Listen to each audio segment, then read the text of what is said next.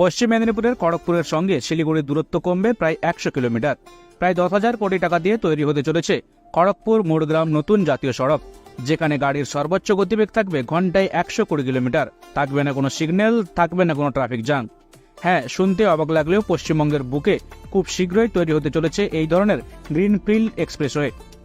নমস্কার, আজকের এই বিশেষ প্রতিবেদনে আমরা আপনাদের কাছে তুলে ধরব পশ্চিমবঙ্গের বুকে নতুন তৈরি হতে যাওয়া খড়গপুর মোড়গ্রাম গ্রিনফিল্ড এক্সপ্রেসওয়ের বিষয়ে। এই এক্সপ্রেসওয়ে পুরনো জাতীয় সড়কের ওপর নতুনভাবে রূপান্তরিত করা হবে, নাকি স্টেট হাইওয়ে বরাবর হবে, নাকি নতুনভাবে জমি অধিগ্রহণ করে রাস্তা তৈরি করা হবে, পুরোটাই আপনাদের কাছে তুলে ধরব এই বিশেষ প্রতিবেদনের মাধ্যমে। তবে সকলের মনে প্রথমেই যে প্রশ্নটা আসে সেটা হচ্ছে গ্রিনফিল্ড এক্সপ্রেসওয়ে কথাটার মানে কি।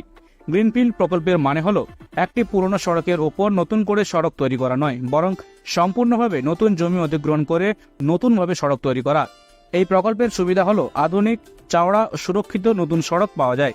এই প্রকল্পের মূল উদ্দেশ্য হলো রেল শহর খড়গপুর সহ দক্ষিণ ভারতের সাথে শিলিগুড়ির দূরত্ব কমানো এবং উন্নত মানের যোগাযোগ ব্যবস্থা স্থাপন করা। ভারতমালা প্রকল্পে কেন্দ্রীয় সরকারের অধীন national highway authority of India দক্ষিণবঙ্গের খড়গপুর থেকে উত্তরবঙ্গের শিলিগুড়ি পর্যন্ত 4 লেনের এই ইকোনমিক করিডর তৈরি করতে চলেছে। পশ্চিম মেদিনীপুরের খড়গপুর থেকে হুগলি, বাঁকুড়া, বর্ধমান, বীরভূম, মুর্শিদাবাদের মোড়গ্রাম হয়ে উত্তরবঙ্গে পৌঁছাবে এই রাস্তা। এই 116 এ জাতীয় সড়কটি 60 নম্বর জাতীয় সড়ক, 34 নম্বর জাতীয় সড়ক এবং সবশেষে 12 নম্বর জাতীয় সড়কের সাথে মিশে শিলিগুড়ি পর্যন্ত যাবে। এর ফলে খড়গপুর এবং মোড়গ্রামের মধ্যে প্রায় 100 কিলোমিটারের বেশি দূরত্ব কমবে। পশ্চিম মেদিনীপুরের খড়গপুর থেকে যথাক্রমে 14 নম্বর কিংবা 16 নম্বর জাতীয় সড়ক ধরে যদি শিলিগুড়ি যান, তাহলে 300 কিলোমিটারের বেশি দূরত্ব অতিক্রম করতে হতো এবং সময় লাগতো প্রায় 14 থেকে 15 ঘন্টা।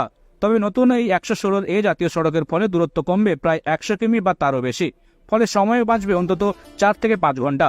National highway authority of India জানায়, এই জাতীয় সড়কের জন্য কেন্দ্রীয় পরিবেশ মন্ত্রক ইতিমধ্যে ছাড়পত্র দিয়েছে। খরচ হবে প্রায় 10,247 কোটি টাকা। জাতীয় সড়কটি পশ্চিম মেদিনীপুর থেকে শুরু করে হুগলি, বাঁকুড়া, পূর্ব বর্ধমান, বীরভূম হয়ে মুর্শিদাবাদে গিয়ে জুড়বে। ইতিমধ্যে জমি অধিগ্রহণের বিজ্ঞপ্তিও জারি করা হয়েছে। 2028 সালের মধ্যেই এই নতুন ইকোনমিক করিডর বা জাতীয় সড়ক সম্পূর্ণ হতে পারে বলেও জানিয়েছে জাতীয় সড়ক কর্তৃপক্ষের তরফে।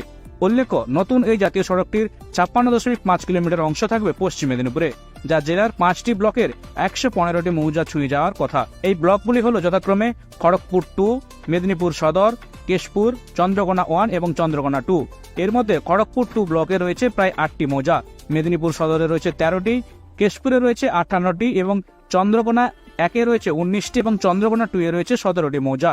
সূত্রের খবর, সব মিলিয়ে অধিগ্রহণ করতে হতে পারে প্রায় 930 থেকে 950 একর জমি। এর মধ্যে 800 থেকে 850 একর জমি রয়েছে রায়তে এবং বাকিটা খাস বলে জানা গিয়েছে।